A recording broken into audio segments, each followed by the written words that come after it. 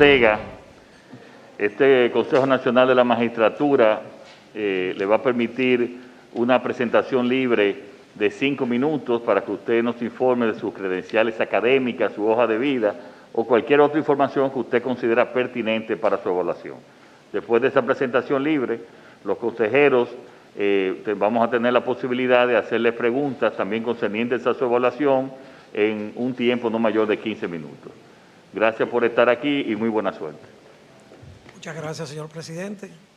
Saludándolo a usted, a los demás integrantes de este, no solamente plural, sino histórico Consejo Nacional de la Magistratura. Me había prometido no volver por aquí, pero el ser humano cada cierto tiempo despierta expectativas nuevas y vuelve a creer en las cosas y depone su actitud. Y aquí estamos. Pues diré que respondo al nombre de Sergio Antonio Ortega, tal como se ha indicado. Nací en Mao Valverde, donde me formé inicialmente, colegios de índole católico y en ese tipo de formación. Ingresé en la Universidad Autónoma de Santo Domingo, donde egresé con el título de doctor en Derecho con honores académicos. Eso me permitió seguir formándome. Soy egresado de la Maestría de Derechos Fundamentales de la Pontificia Universidad Católica Madre y Maestra, bajo los auspicios justamente del Tribunal Constitucional. Poseo el magíster, como dicen los españoles, de la Universidad Castilla-La Mancha en jurisdicción constitucional. He sido formado en la Universidad de Quevedo de Ecuador en alta formación en Derecho Procesal Constitucional. Hice 2 años de estudio, tanto en la Cancillería Dominicana como en la Universidad Católica Santo Domingo de Diplomacia y Relaciones Internacionales. Soy egresado del primer grupo de la promoción de aspirantes de la Escuela Nacional de la Judicatura, lo que es equivalente hoy a maestría, aunque cuando yo lo hice todavía no tenía la habilitación para la emisión de títulos correspondientes, pero para mí esa fue la mejor maestría que yo he hecho, es la que aprendí más, que me transformó incluso hasta la vida, más que los conocimientos.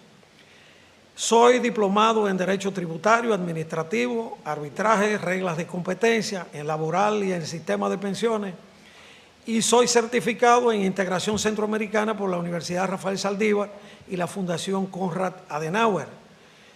Estudios he hecho con la USAID en la República Dominicana respecto al precedente constitucional, a la detección de sustancias y la vida silvestre en aeropuertos y en el mundo a través del Departamento de Agricultura de los Estados Unidos y el Ministerio de Medio Ambiente en coordinación en una ocasión, y fue uno de los cursos que más me impactó por las cosas que se dan en el tráfico en el mundo. De modo que ser juez en el Poder Judicial durante casi 20 años y haber estado en todas las asignaturas, penal, civil, tránsito, comercial, aunque no fui juez, fui docente de niños, niñas y adolescentes, laboral, administrativo, contencioso, tributario, constitucional, bueno, solo en lo inmobiliario no he estado, me ha permitido tener una formación integral y holística del derecho que me permite asumir los retos que, siendo ya el derecho constitucional el eje fundamental de todo el derecho y del andamiaje administrativo del Estado, me permiten creer que puedo aportar en esta institución. Pudiera decir que me he formado como abogado, he prestado mis servicios a la nación durante más de 30 años y creo que hoy, después del ejercicio de 14 en el derecho y cerca de 20 en la judicatura, y habiendo hecho de la Constitución un modo de vida permanente en todas mis actuaciones, no solo como juez, sino también como ciudadano, puedo decir que puedo mostrar un ciudadano responsable que cuando le ha tocado juzgar a sus semejantes no ha medido banderías.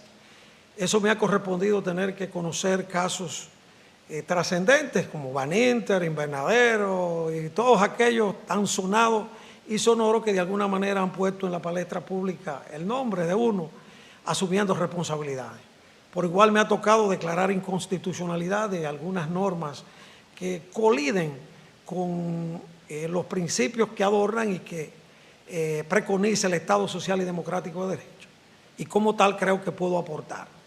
Como ciudadano puedo presentar mis 10 últimas declaraciones juradas de impuestos anuales hechas de forma reiterada y responsable, pero también una declaración de Cámara de Cuentas que habla de mi transparencia y mi respeto por la ley, pero que además va a mostrar un patrimonio modesto, que significa que yo he ido al sistema de justicia a servir y no a servirme.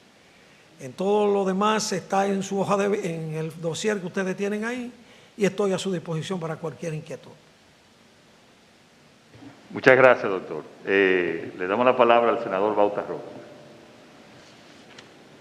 Buenas tardes, doctor Sergio Antonio Ortega. Bienvenido. Viendo su formación multisectordisciplinaria, digamos, en el área del derecho, su ejercicio en los tribunales de la República, yo le preguntaría a propósito de la pandemia, ¿cree usted que las audiencias virtuales que se están celebrando atentan o no contra el debido proceso y contra la persona que está siendo sometida, juzgada, contra los derechos del juzgado, ¿no? Evidentemente que la pandemia transformó el mundo, puso de rodillas a todo un sistema que estaba acostumbrado a funcionar de tal o cual manera. Y como tal, la justicia no escapa a ese impacto. Ciertamente, la celebración de audiencias virtuales cuestionan el sistema al que estábamos acostumbrados todos, pero alguna solución había que buscarle frente a la necesidad de que el sistema siguiera funcionando. Se ha cuestionado en términos, por ejemplo, penales, en asuntos muy complejos, hasta dónde la virtualidad puede responder en un 100% de garantía a la necesidad de defensa, de mediación. Pero bueno, el sistema siguió funcionando y ya eso de por sí es ganancia. Obviamente, no todos los asuntos se pueden conocer en la virtualidad total, porque hay algunos asuntos más complejos que otros. Pero el Poder Judicial dio respuesta de cara a una herramienta que era de la única que disponíamos en ese momento para que el sistema no funcionara. Ya con la nueva normalización, las cosas van volviendo a su riel natural y hoy celebramos tantas audiencias virtuales como audiencias presenciales. Y de alguna manera, cuando volvamos a la normalidad, tendremos que retener la virtualidad como una herramienta útil para avanzar en determinados aspectos, sin abandonar lo que ha sido el proceso ordinario en el que todos nos hemos creado, por aquello de que al ciudadano le gusta verle la cara al juez que lo está juzgando, y el juez en determinado momento necesita ver la actitud del testigo. Aunque un magistrado del Tribunal Supremo Español decía que tenía muchas dudas respecto a la sinceridad o no de un testigo porque se manifestara seguro. Porque un actor puede perfectamente mostrarse totalmente tranquilo y estar mintiendo. Como igual un pobre campesino impresionado por las luces puede sentirse nervioso frente al juez y probablemente esté diciendo la verdad. De modo que es muy relativo el que la inmediación por sí solo le garantice al juez que va a obtener la verdad. De todas maneras, las audiencias virtuales han llenado su cometido y bueno, era la necesidad frente a lo imprevisible y a lo que ninguno estábamos esperando, pero que además ha permitido de alguna manera adelantar procesos de modernización que quizás se hubiesen tomado 4 o 5 años más. Muchas gracias. Gracias, doctor. Otra pregunta. Sí, el senador Eduardo Estrella, presidente del Senado. Muchas gracias, presidente. Magistrado Ortega, como ustedes conocedores de la Corte Laboral, pero su exposición escuchaba de su conocimiento en la parte de pensiones. Se me ocurrió hoy a mí un tema que me preocupa, que es la dilación en las personas que vienen cotizando en la Seguridad Social para la AFP, cuando fallecen, que sus familiares, es un proceso tan tedioso y tan largo para que puedan recuperar eso. Que en ese sentido, ¿qué experiencia ha tenido usted? ¿Qué sugerencia usted puede dar para que esas familias de tanta gente que han fallecido puedan, en un tiempo ágil y guardando los preceptos de ley, poder ellos tener el dinero que le tocaba a sus descendientes? Obviamente el sistema de pensiones en la República Dominicana ha sido un avance trascendental si tomamos en cuenta la escasa protección que el Seguro Social brindaba en ámbitos tan diversos como la salud, las pensiones o la sobrevivencia. Pero como tal también es un sistema complejo que maneja el ahorro del país y que como tal necesita de manera administrativa mecanismos confiables para desembolsar o autorizar pagos. Eso hace que esas autoridades, que son muy celosas, hasta donde tengo entendido y la experiencia que he tenido con el manejo de los fondos de la Seguridad Social, se tomen a veces más cuidado del que necesita el ciudadano para accesar a esos fondos. Y creo que ciertamente el Congreso de la República pudiera disponer, por vía legislativa, algunos mecanismos de simplificación. Por ejemplo, en materia laboral, cuando fallece un trabajador, el código ha simplificado y de hecho exonera de los trámites un poco tediosos del derecho civil respecto a la determinación de herederos. Y los jueces podemos perfectamente adjudicar los derechos que tenía el trabajador a sus sobrevivientes, esposa, cónyuge o hijos, sin tantos requisitos del derecho civil que a veces lo harían prácticamente desistir del reclamo. Entonces el Congreso de alguna manera puede disponer mecanismos de simplificación para asegurar, naturalmente, agravando sanciones para aquellos que defrauden los fondos, porque todos sabemos que en esos sistemas de pensiones se dan también los fraudes y hay que, al tiempo de simplificar, también incrementar la posibilidad de sanción para que el ciudadano accese a ellos, pero sepa que si burla el sistema en aras de la simplicidad puede enfrentar sanciones administrativas o hasta incluso de penas, para asegurar la efectividad de ellos sin trastocar la eficiencia del sistema. Tu pregunta. Tu respuesta, perdón. Muchas gracias. Le paso la palabra ahora al presidente de la Suprema, magistrado Luis Henry Molina. Gracias, presidente. Magistrado Ortega, a su entender, ¿en qué medida el Tribunal Constitucional ha influido en el afianzamiento de la seguridad social en la República Dominicana? Bueno, ha valorado el sistema. Los juicios que yo acabo de externar de alguna manera han sido el criterio que el tribunal ha sostenido en términos de que hay que garantizar la eficiencia y la rentabilidad del mismo.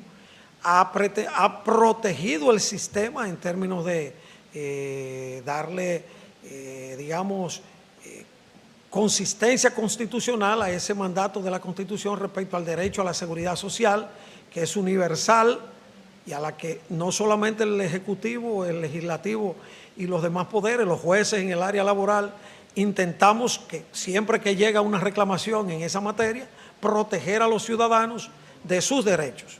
El mismo Tribunal Constitucional, en términos de reclamación de pensiones, ha producido incluso sentencias aditivas o exhortativas en las que ha dicho, bueno, si la ley solo dice esto, hay que incluir también al cónyuge, la esposa del militar que no había aceptado la pensión. Es decir, ha ido produciendo una serie de precedentes que amplían ya el ya de por sí amplio margen de protección que la ley 8701 contempla. Y es pues fundamental que el Tribunal Constitucional, que defiende los derechos fundamentales, un derecho como la seguridad social y la salud, debe ser un estandarte permanente de defensa. Muchas gracias, doctor. Si no hay otra pregunta, muchas gracias por su participación, muy amable y mucha suerte. Solamente quisiera hacer una sugerencia. Sí, si cómo usted me lo no, con permite. mucho gusto.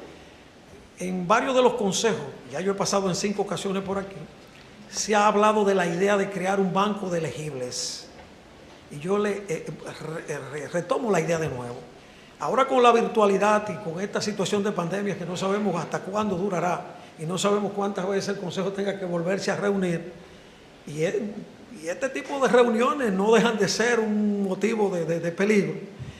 Y yo retomo la idea y le sugiero al Consejo que modifique el reglamento para que pueda crear un banco de elegibles, y en caso, por ejemplo, de ciudadanos que ya han pasado 2 y 3 veces por este Consejo y del que el Consejo tiene un banco de información y de entrevistas, pudiera perfectamente tomarlos en cuenta sin la necesidad de que tengan que pasar por este escenario. Y eso reduciría de alguna manera la cantidad de de vistas que tenga que celebrar con aquellos que no hayan pasado por este consejo. Muchas gracias a todos ustedes y les deseo buenas tardes. Quiero decir que es una muy buena idea, la vamos a tomar en cuenta y me parece muy apropiada, no solamente por estos momentos de pandemia, sino también en términos generales. Así que muchas gracias por esta propuesta. Gracias a usted, señor presidente, y a los demás integrantes. Recibimos